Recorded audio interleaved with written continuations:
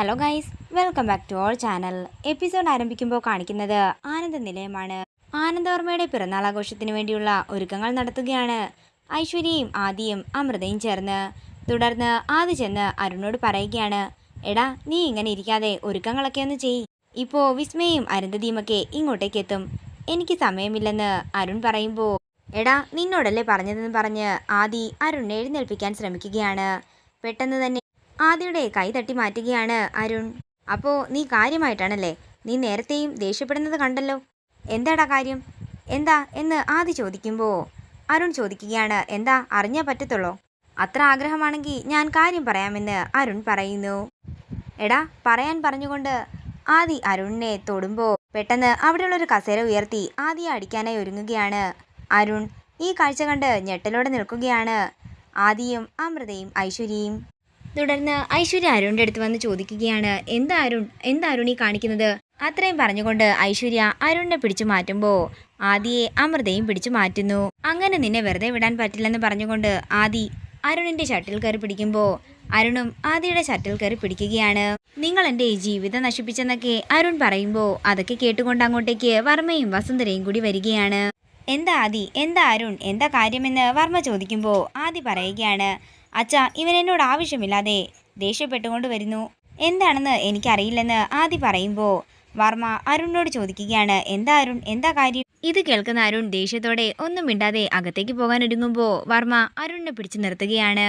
അവിടെ നിൽക്കരുൺ, എൻ്റെ മക്കള് ഇങ്ങനെയാണോ എൻ്റെ ബർത്ത്ഡേ ആഘോഷിക്കുന്നതെന്ന് വർമ്മ ദേഷ്യത്തോടെ ആദിയോടും അരുണിനോടും ചോദിക്കുകയാണ്. അച്ഛ അവൻ വെറുതെ എന്നോട് പ്രശ്നമുണ്ടാക്കാൻ വരുന്നതാണെന്ന് ആദി പറയുമ്പോൾ വർമ്മ ചോദിക്കുകയാണ്, നിങ്ങളെന്താ ഇപ്പോഴും കുട്ടികളെയും കൊണ്ട് നടക്കുകയാണോ? എൻ്റെ പിറന്നാൾ ആഘോഷിച്ച് തല്ലി പിരിയാനാണ് രണ്ടിനുമെങ്കിൽ ഇവിടെ ആഘോഷങ്ങളെല്ലാം നമുക്ക് നിർത്തിവെക്കാം. ഇത് കേൾക്കുന്ന എല്ലാവരും ഒരു ഞെട്ടലോടെ വർമ്മയെ നോക്കുകയാണ്. ഇത് കേൾക്കുന്ന വസുന്ധര വർമ്മയുടെ അടുത്തേക്ക് വന്ന് പറയുകയാണ്, വേണ്ട അനന്തേട്ട, അങ്ങനത്തെ തീരുമാനങ്ങളൊന്നും എടുക്കണ്ട, രണ്ടുപേരും നമ്മുടെ മക്കളല്ലേ, ഞാൻ പറഞ്ഞ് മനസ്സിലാക്കാം. തുടർന്ന് വസുന്ധര അരുണിനെ സമാധാനിപ്പിക്കാൻ വേണ്ടി ചെല്ലുമ്പോൾ എനിക്കൊന്നും കേൾക്കണ്ടെന്ന് അരുൺ പറയുന്നു. എടാ നിന്റെ അമ്മയല്ലേ പറയുന്നതെന്ന് അരുണിനോട് വസുന്ധര ചോദിക്കുമ്പോൾ അരുൺ പറയുകയാണ്, എനിക്ക് ആരുടെയും ഉപദേശം കേൾക്കണ്ടെന്നല്ലേ പറഞ്ഞത്.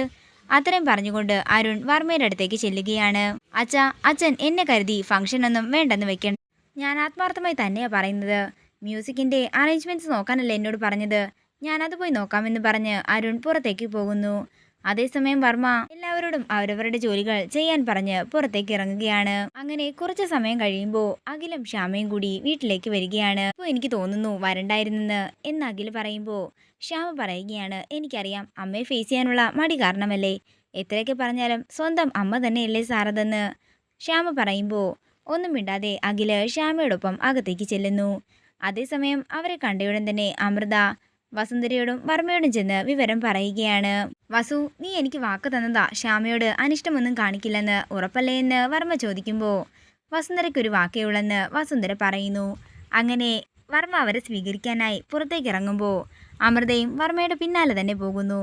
തുടർന്ന് ഐശ്വര്യയോട് വസുന്ധര പറയുകയാണ്, അഖിയെ ഞാൻ ഇവിടെ എങ്ങനെയെങ്കിലും പിടിച്ചു നിർത്തിക്കോളാം, പിന്നെ ശ്യാമയുടെ കാര്യം നീ നോക്കിക്കോളുമല്ലോ, അതൊക്കെ ഞാൻ നോക്കിക്കോളാം അമ്മയെന്ന് ഐശ്വര്യ പറയുന്നു. തുടർന്ന് വസുന്ധര പുറത്തേക്ക് ഇറങ്ങുമ്പോൾ ഐശ്വര്യ മനസ്സിൽ പറയുകയാണ്, നിനക്കുള്ള പണിയെല്ലാം ഞാൻ ഒരുക്കി വെച്ചിട്ടുണ്ട് ശ്യാമേ, നീയും അഖിയും കൂടി ഇനി എങ്ങനെ ജീവിക്കുമെന്ന് എനിക്കൊന്ന് കാണണമെന്നും ഐശ്വര്യ പറയുന്നു. പിന്നീട് കാണിക്കുന്നത് വർമ്മയും വസുന്ധരയും കൂടി ചെന്ന് അഖിലിനെയും ശ്യാമയും അകത്തേക്ക് സ്വീകരിക്കുന്നതാണ്.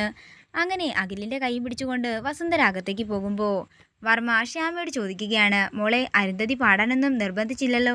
ഇല്ല അച്ഛാ എന്ന് ശ്യാമ പറയുമ്പോൾ വർമ്മ പറയുകയാണ്, അവർ പാടാൻ വേണ്ടി ആരെങ്കിലും കണ്ടുവച്ചിട്ടുണ്ടാകും. അത്രയും പറഞ്ഞുകൊണ്ട് ശ്യാമയും കൊണ്ട് വർമ്മാകത്തേക്ക് കയറുന്നു. പിന്നീട് കാണിക്കുന്നത് അരുന്ധതിയും വിസ്മയയുമാണ്. അരുന്ധതി പറയുക, ആ ശ്യാമയെ എങ്ങനെ കൊണ്ടുവരുമെന്ന് ഞാൻ ആലോചിക്കുകയായിരുന്നു. ഇത് കേൾക്കുന്ന വിസ്മയം പറയുകയാണ്, എൻ്റെ മമ്മി ഫംഗ്ഷൻ തുടങ്ങാൻ സമയമായെന്ന് പറഞ്ഞ് ആ വസുന്ധര വിളിച്ചിട്ടുണ്ടായിരുന്നു. എന്താണെങ്കിലും ഞാൻ മമ്മിയോടൊരു കാര്യം പറയാം, ഈ പ്രോഗ്രാം നടന്നില്ലെങ്കിൽ പിന്നെ ഞാൻ ഈ നാട് വിട്ട് എങ്ങോട്ടെങ്കിലും പോകും, എന്നെ തിരിച്ചറിയാത്ത ഏതെങ്കിലും ഒരു നാട്ടിൽ പോയി ഞാൻ ജീവിച്ചോളാം. എൻ്റെ വിസ്മയെ നീ വിഷമിക്കാതെ, ഒടുവിൽ ഞാനൊരു തന്ത്രം കണ്ടെത്തിയിട്ടുണ്ട്. ആ തന്ത്രം വിജയിക്കുകയാണെങ്കിലേ ശ്യാമ വിസ്മയ്ക്ക് വേണ്ടി പാടും, അതും അഖിലിൻ്റെയും ആനന്ദവർമ്മയുടെയും മുന്നിൽ വെച്ച് തന്നെ. പറ മമ്മി, എന്താ ഐഡിയ എന്ന് വിസ്മയ ചോദിക്കുമ്പോൾ പറയാമെന്നും ആദ്യം അത് നടപ്പാക്കാനുള്ള ആളെ ഞാൻ വിളിക്കട്ടെ എന്നും അരുന്ധതി പറയുന്നു.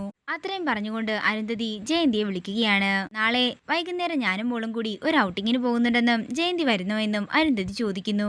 ഇതെല്ലാം നടക്കുമോ മേഡം എന്ന് ജയന്തി ചോദിക്കുമ്പോൾ അരുന്ധതി പറയുകയാണ്, ഞാൻ പറയുന്ന കാര്യം നടപ്പിലാക്കി തരികയാണെങ്കിൽ എല്ലാം നടക്കും. അത്രയും പറഞ്ഞുകൊണ്ട് ചെയ്യേണ്ട കാര്യങ്ങളെല്ലാം ജയന്തിക്ക് പറഞ്ഞു കൊടുക്കുകയാണ് അരുന്ധതി. ഇനി ഒരു നിമിഷം വൈകാൻ പാടില്ല. ശ്യാമയുടെ അമ്മ അവിടെ ഉണ്ടല്ലോ അല്ലേ എന്ന് ചോദിക്കുമ്പോൾ ഉണ്ടെന്ന് ജയന്തി പറയുന്നു. പിന്നീട് കാണിക്കുന്നത് ശ്യാമയുടെ വീടാണ്. ഒരു സഞ്ചിയും പൈസയുമായിട്ട് ജയന്തി ദേവകിയുടെ അടുത്തേക്ക് ചെല്ലുകയാണ്. അമ്മേ, ദാ പൈസയുമുണ്ട്, സഞ്ചിയുമുണ്ട്. അമ്മ സൂപ്പർ മാർക്കറ്റിൽ പോയി കുറച്ച് സാധനങ്ങളൊക്കെ വാങ്ങണം.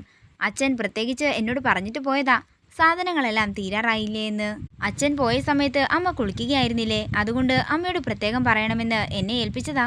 എന്താണെങ്കിലും വാസുവേട്ടൻ പറഞ്ഞതല്ലേ, ഞാൻ പോയിട്ട് വരാമെന്ന് പറഞ്ഞ് ജയന്തിയുടെ കയ്യിൽ നിന്നും സഞ്ചി വാങ്ങുമ്പോൾ ജയന്തി പറയുകയാണ്, അമ്മേ എനിക്കൊരു ഐസ്ക്രീമും കൂടി വാങ്ങണേ. അങ്ങനെ ദേവകി അവിടെ നിന്ന് പോവുകയാണ്. പിന്നീട് കാണിക്കുന്നത് ദേവകിയും കാത്ത് സൂപ്പർ മാർക്കറ്റിന് പുറത്ത് നിൽക്കുന്ന അരുന്ധതിയും വിസ്മയയുമാണ്. അങ്ങനെ ദേവകി സാധനങ്ങൾ എടുക്കാൻ ആരംഭിക്കുമ്പോഴേക്കും അരുന്ധതിയും വിസ്മയയും സൂപ്പർ മാർക്കറ്റിന്റെ അകത്തേക്ക് ചെല്ലുകയാണ്. ഇതോടുകൂടി ഇന്നത്തെ എപ്പിസോഡ് ഇവിടെ തീരുകയാണ്. വീഡിയോ ഇഷ്ടമായെങ്കിൽ മറക്കാതെ ലൈക്ക് ചെയ്യുക, ഷെയർ ചെയ്യുക, കമന്റ് ചെയ്യുക. കൂടുതൽ സീരിയൽ അപ്ഡേറ്റ്സിനായി മറക്കാതെ സബ്സ്ക്രൈബ് ചെയ്യുക നയൻസ് ക്രിയേഷൻസ്.